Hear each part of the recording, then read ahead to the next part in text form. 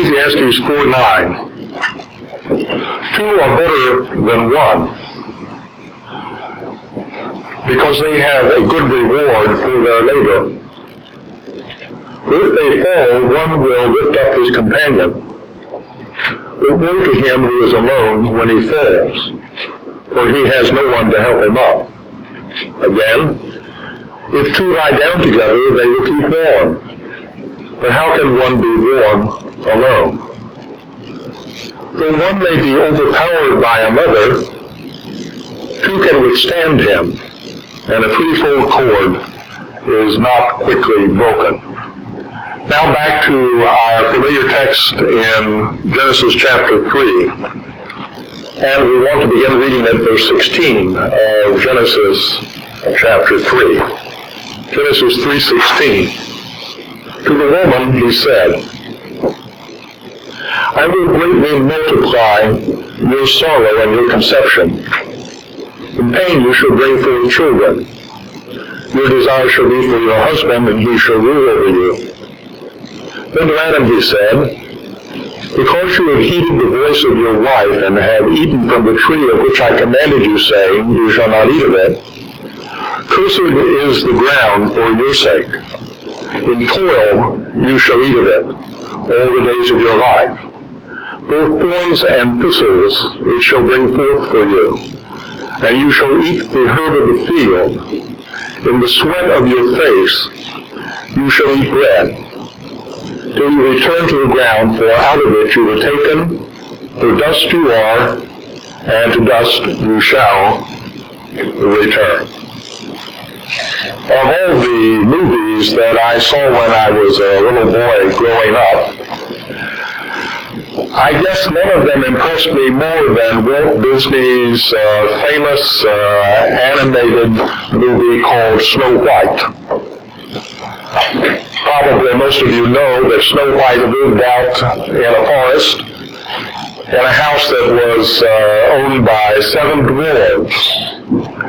And you may be surprised to discover this, but at an early stage of my childhood, I had rubber figures of all 7 of the dwarves, and even a rubber figure of Snow White, which was less durable and lasted less long than the other figures. And to this day, I can give you the names of the 7 dwarves in the correct order. Doc, Grumpy, Happy, Sleepy, Sneezy, Bashful, and Dopey. And of course, every day they walked, they kind of marched to work. Doc was always in the front, and Dopey brought up the rear. And of course, they sang that delightful song, hi-ho, hi-ho. It's off to work we go, hi-ho, hi-ho, hi-ho, hi-ho. And they went to work. And then in the evening, they came back marching in the same order, with Doc in front and Dopey behind. And this time, of course, they were saying, hi-ho, hi-ho, it's home from work we go. Now, all the time that they were out working during the day, Snow White was back at the house alone. And she daydreamed about her future. And who could ever forget that beautiful song, if you wish upon a star, makes no difference who you are, anything your heart desires can come to you.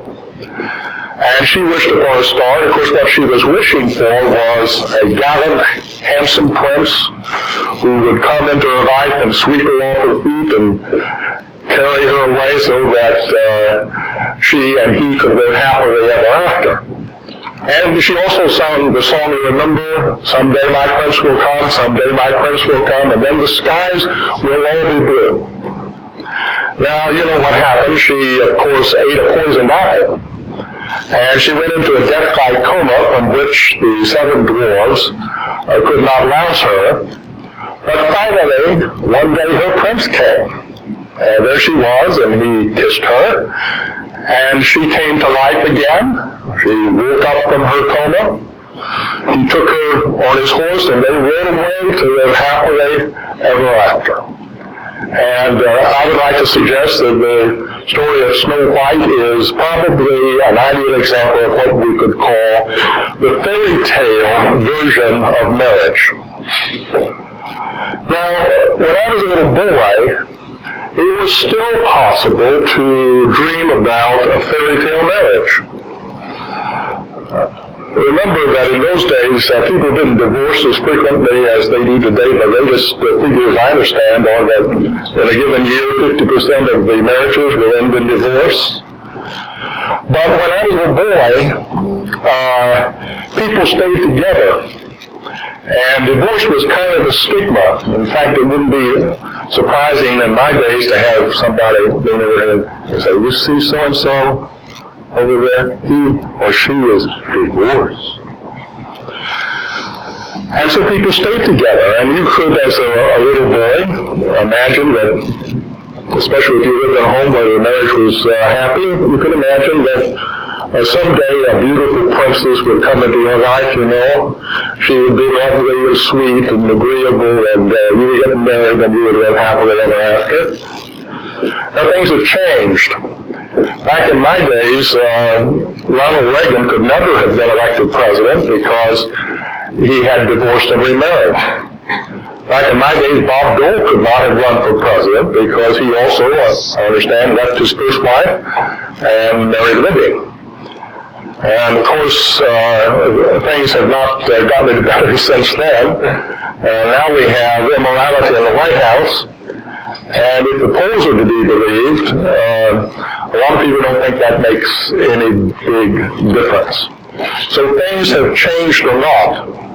And if it's really true that 50% of the marriages collapse, that means approximately 50% of the kids who grow up in America come from broken homes. And it's very, very hard to have idealism about marriage if you've come out of a home where the marriage has already been unhappy. So I would say that already the nature of reality is such that not too many people actually dream about fairy tale marriages.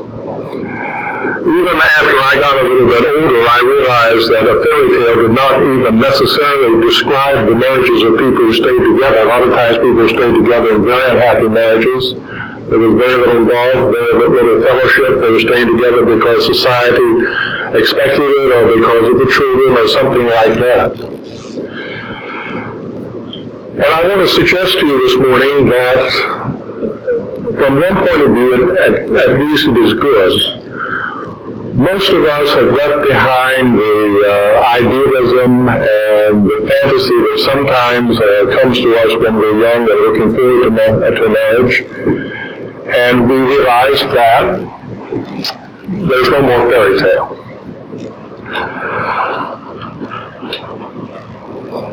Did you know that there's only been one real fairy tale marriage in the whole history of the world? And that fairy tale marriage occurred in the Garden of Eden and went on as long as the man and the woman obeyed God and did not fall into sin. Stop and think about it for a moment, if you will. The only two people that were in the garden were Adam and Eve, and they saw each other all the time. Now, I have heard reports, I don't know this from first-hand folks, but rumors have reached me that sometimes, for example, when the man retires and he's around the house all the time, then the woman wishes he were back at work because having the guy around the house is a little bit much and interferes maybe with what the wife used to be doing when she was by herself a large part of the day. But think of it, they were the only two people there. They thoroughly enjoyed each other's company. They never had an argument. Neither one of them was ever selfish. They never got mad and fought. Eve never threw pears at Adam, and Adam never threw oranges at Eve. It was perfect. It was wonderful. Until sin came. And by this time we're very familiar with the story. Satan deceives the woman into eating from the forbidden tree of the knowledge of good and evil. She immediately goes to her husband, and he willingly eats along with her. Then when God comes down in the garden, they both kind of hide from him. When they can't hide anymore, the man, you remember, passes the buck quickly to his wife, and the wife quickly passes it on to the serpent. And that leads God to address all three of the parties. First of all, he has words of condemnation the servant, which we haven't read this afternoon because I wasn't planning to dwell on them. And then he has words directed to Eve and words directed to Adam. And there is a way of looking at what he says to Eve and Adam, and we can say that what God is really telling Adam and Eve is this: there is no more fairy tale. The fairy tale is over. And I would just like to pause here to say, the fairy tale is over when it comes to marriage. Now, you're probably sitting there thinking, Zane, tell me something I didn't know. This is not exactly a hot news flash. And if I ever thought that marriage was a fairy tale, you're probably thinking, I discovered in the first week of marriage that there was no fairy tale. This was a real person that I was living with, and the romance kind of, simmered out of sight, and then we settled down to reality. All the much to the good. Because, as a matter of fact, it is very important for us to realize what marriage actually is and what it can be in a world that is now filled with sin, suffering, and death. Did you notice what God says to Eve? God says, I will greatly multiply your sorrow and your conception. In pain, you shall bring forth children. Now, I think almost everybody would agree that one of the high points of any marriage is the birth of children. If there's any time when the parents are happy, it's when the child is born. And yet, as this makes clear, even in the process of giving birth to that child who is a delight to the parents who get it, there's pain. In pain, you shall bring forth children. But there's more than that. He says, I will multiply your sorrow and your conception. I don't know how long Adam and Eve lived in the Garden of Eden before they sinned. I doubt very much it was a very short time. I can't imagine them just living there a few days, for example, without and then coming into sin. They may have lived there for many months. They may even have lived there for years. But one thing that we noticed was that apparently as long as they were in the garden, Eve never got pregnant. She never produced an offspring. But remember that in that state of affairs, they were conditioned and programmed to live forever. There was no hurry about giving birth to children. And probably the reproductive system was much, much slower because it was attuned to the existence of people who potentially could live forever. But now, of course, sin has entered the world and death has entered the world, and the lifespan is dramatically shortened, and God says, I will multiply your conception. I think this implies that the process of conception and birth is speeded up for the woman, so that with a span of a few of her best child-bearing years, she may bear a number of children. But notice that in saying that I will multiply your conception, he also says, I will multiply your sorrow and your conception. Now, one of the things that we all love about mothers, I'm sure, is their maternal instincts.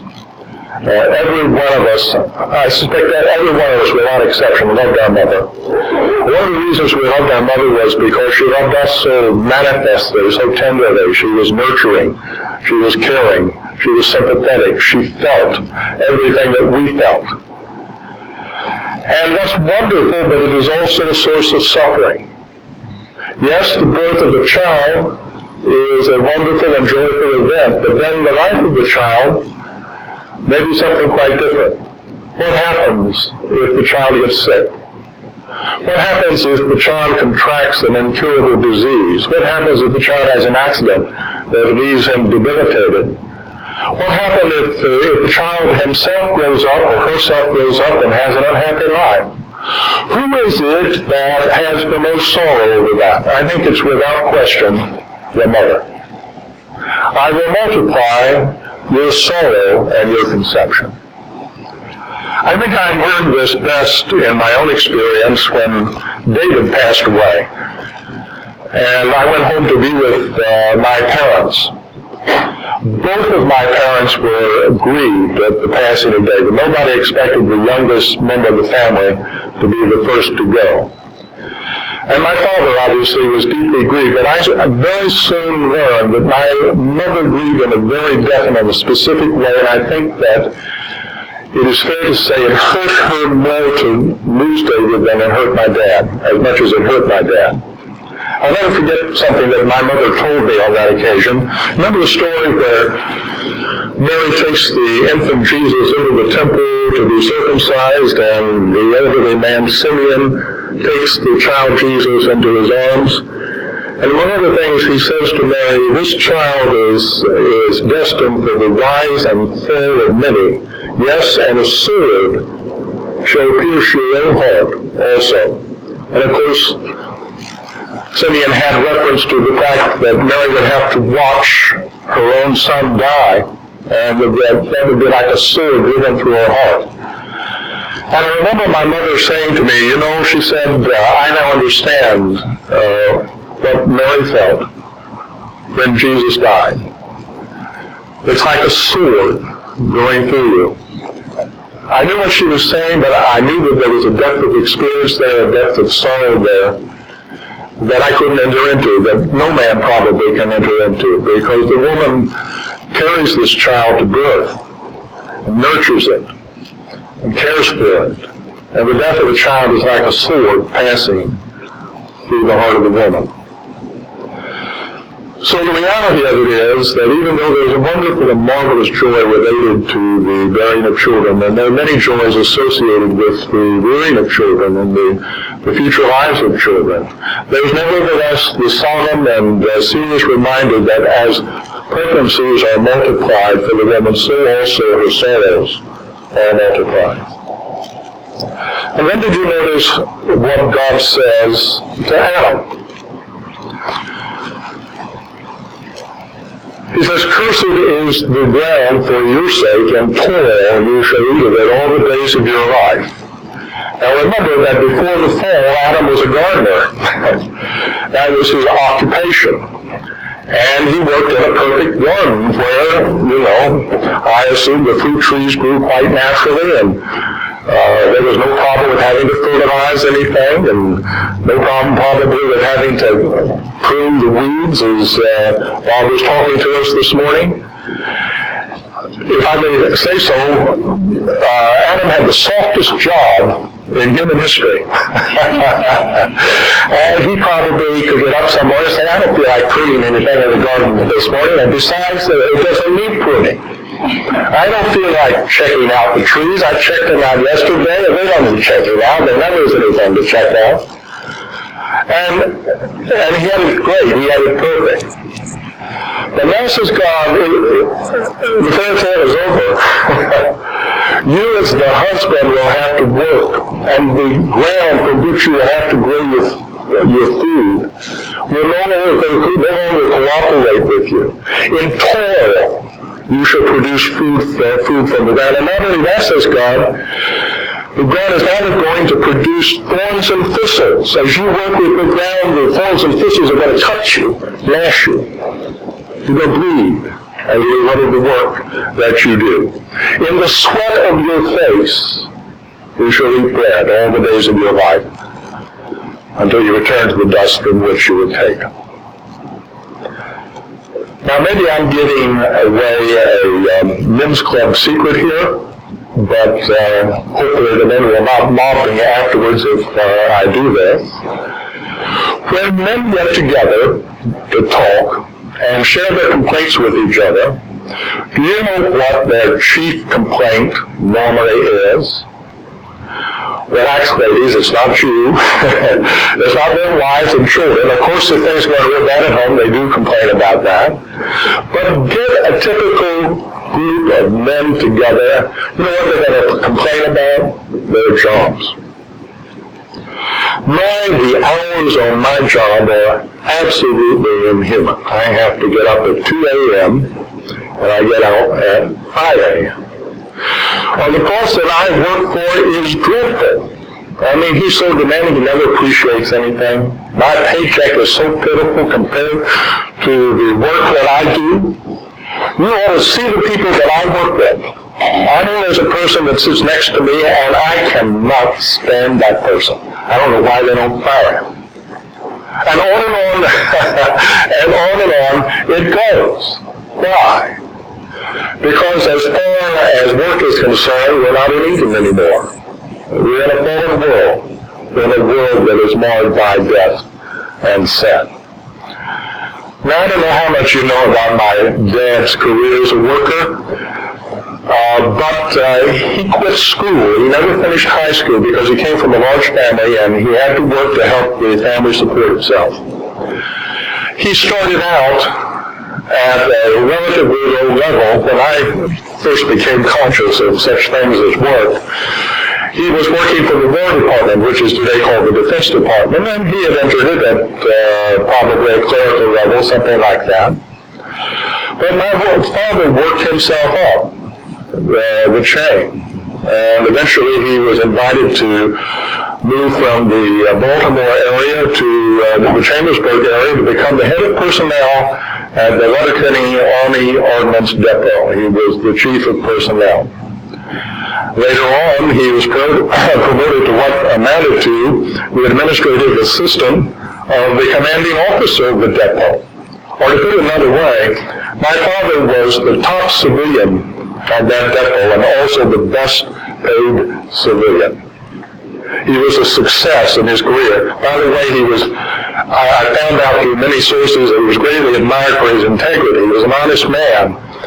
And if somebody didn't like him, and my dad knew that he didn't like him, my dad would bend over backwards to be fair with that guy.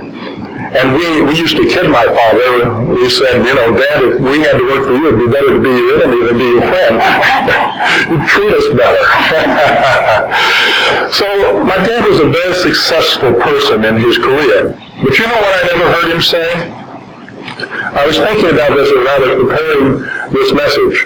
I don't ever remember hearing him say this: I love my work. I like what I'm doing. Never once that I can recall did he ever say that. What I can recall is all the times that he brought a whole stack of papers home from work. You see, he dealt with people during the day, didn't have time to do paperwork, had to do it at night, and sometimes very late into the night. And then you talk about working with people. If you're head of personnel, believe me, all of the big problems in personnel come in your direction, and on top of that, the people that work under you are not always angels, and you have to worry about how they're performing their job. And when he became an executive assistant to the commanding officers, he had the misfortune of running up against the Army system of putting a colonel in command of the depot for a couple of years and putting another colonel in for a couple of years, and then another colonel. And once or twice he got a nice colonel. And other times he got really mean Army men. We were hard to work with. And my dad usually wound up winning the respect of the commanding officers. I remember one in particular that he would come home telling us about Colonel Coffee. I guess if he was described by coffee, he was black coffee, bitter coffee. And he had a hard time working with Colonel Coffee at first. But later Colonel Coffee came to respect my dad's integrity and work ethic, and they became friends. So, even though he enjoyed this success, he never once said, I like my work. And he retired at 55, which is one of the perks of government service. You don't have to wait till you're 65. He retired at 55. The earliest possible moment, I might add. And he retired on a very nice pension. But don't you see that my dad's experience is an experience that is capable, that is typical of so many men.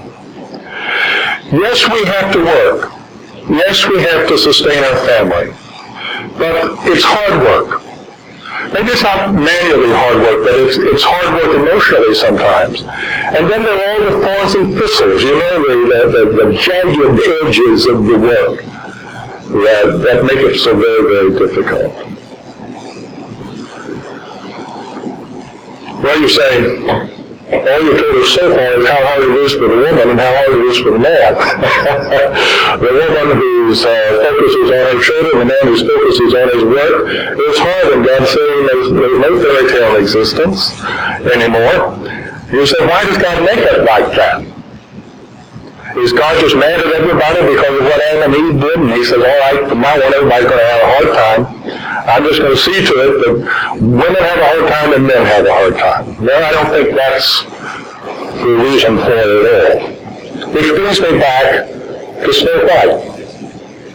Did it ever occur to you that Walt Disney never made Snow White 2? Never made Snow White 2. You know why? It would have made a good movie.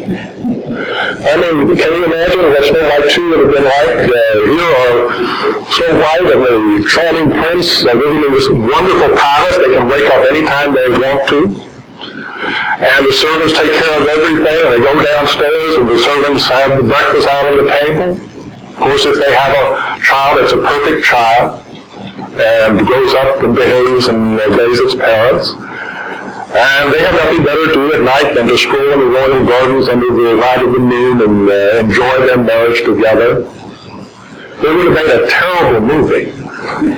Doseville, USA. Bully.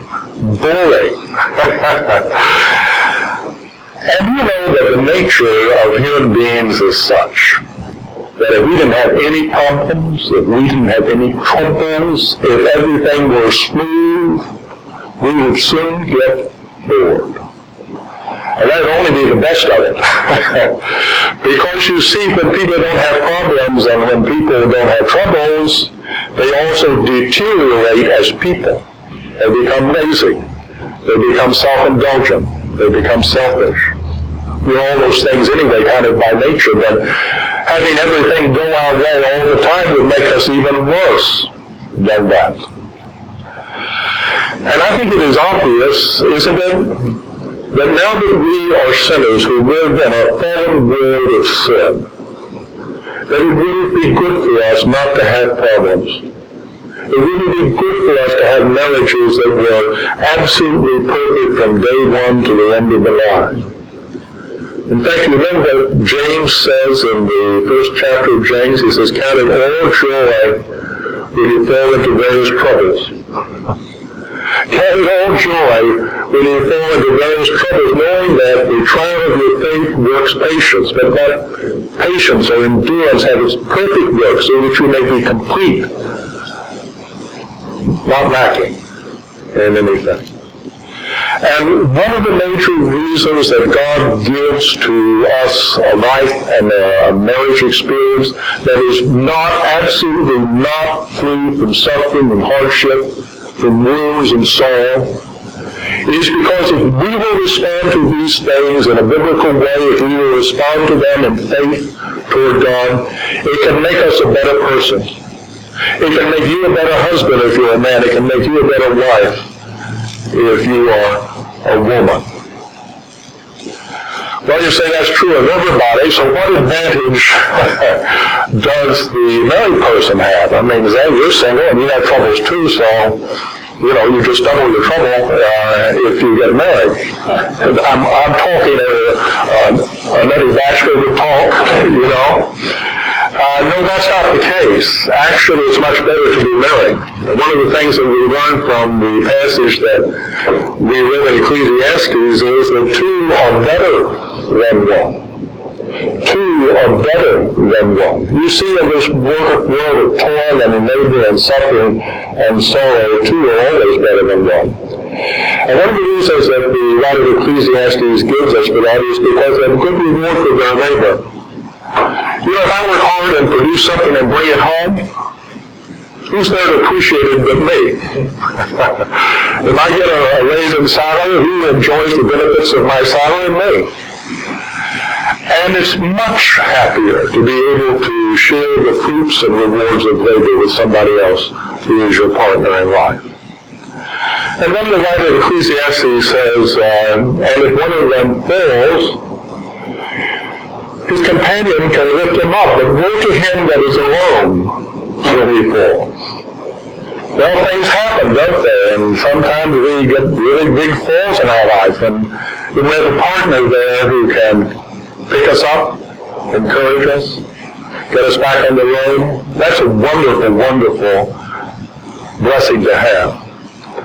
And then he says, and again, if two lie down together, they will be warm. But how can one be warm when you're alone? Yeah, you turn up the heat is what you do in the apartment. But you never get rid of the, shall we call it, the coolness of being alone? And it's a wonderful blessing and privilege to have somebody there who is your life mate, who makes your life warmer, who makes your life more pleasant because they are there. If two lie together, they will be warm. And then finally, the writer of Ecclesiastes says, let one be overpowered by another, two can withstand him. Both husband and wife sometimes find not only problems confronting them, but people confronting them. And the husband finds this absolutely impossible boss that he has to face every day of his life, and he comes home. And how wonderful it is to get a sympathetic ear from his wife. And she supports him. She encourages him. She says, keep at it. He's wrong. You're doing the best you can. Same thing with the wife. She runs into problems with other people, and the husband can do the same thing for her. So you see, what I'm saying here is that because we do live in a fallen world, a world of sin and sorrow and suffering and death, marriage is a wonderful, wonderful privilege. I want you to understand that. I don't have it myself. I think that's been God's will for me. But I certainly recommend and commend marriage because the advantages are tremendous, provided that, are you listening? Provided that both partners fulfill the will of the partner. That both partners stand together and share the fruits of their labor together. That one partner is there to pick the other partner up when the partner falls. That both partners are there to keep their hearts warm with intimacy and closeness. That both partners are there to combat the outside opposition and the troubles that arise. You know, over the years I've talked to a lot of couples who are having marital problems. And as somebody says in the movie Gone with the Wind, when I listen to them, I'm shocked. You know why? Because usually the partner is telling me all of the things that are not done for them by their partner. Both partners do that. He, she, they're interchangeable here, does not, did not, etc., etc., etc. And how much better it would be, wouldn't it? Now you ask this question, you say, how much better it would be if both partners were focused on not what my partner is doing for me, but what I am contributing to the partnership. You know, if we could only take a truly unselfish view of our marriage, I am convinced that 50 to 75% of all the problems that exist in marriage would resolve themselves just because the partners learn to be supportive and unselfish.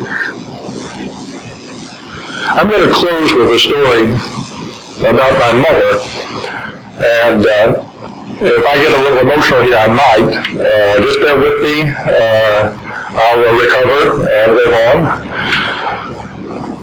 But as you all know, in the closing years of my dad's life, he was very, very, very infirm. And he was, I think, legally blind. He virtually could not do a single thing by himself. He had to get up at night and go to the bathroom numerous times, as older people often do. But my mother had to get up with him every time and go to the bathroom with him. And my mother told me in one of my visits up there, she said every once in a while they would be in bed together and my father would say, you have a real crock for a husband. But my mother didn't look at it that way. She didn't look at it that way at all. In fact, in one of the most moving things she ever said to me, I think it was probably on my last visit to see her, she said, I know that ZC, that's what she called my father, I know that ZC is happy now, free from all his problems, and for his sake, I wouldn't want him to be back here. But she said if it was only up to me, I'd have him back just the way he was. Because she had centered her life on supporting him in the declining years of his health. And she was amazing. And another thing that we were sitting in the living room, I think this was on the last occasion. And she said to me, she said, Zane, she said, I did my best to take care of ZC, but I don't think I did a good job. And I said to my mother, I think you did a wonderful job. I'm proud of you. And I think that those years were the finest years of your career as a wife. And I don't remember exactly what she said to me, but she said something like, thank you. My mother lived to support my father. If it had been the other way around, my dad would have done exactly the same thing. He would have been there for her and supported her. And that's the way marriage really ought to be. Remember what Jack Kennedy said in his inaugural address? He said, ask not what your country can do for you. Ask what you can do for your country. So I'd like to send every married person home from this meeting. And the first chance that you get to be alone, I would like you to ask yourself, not what your spouse can do for you, but what you can do for your spouse.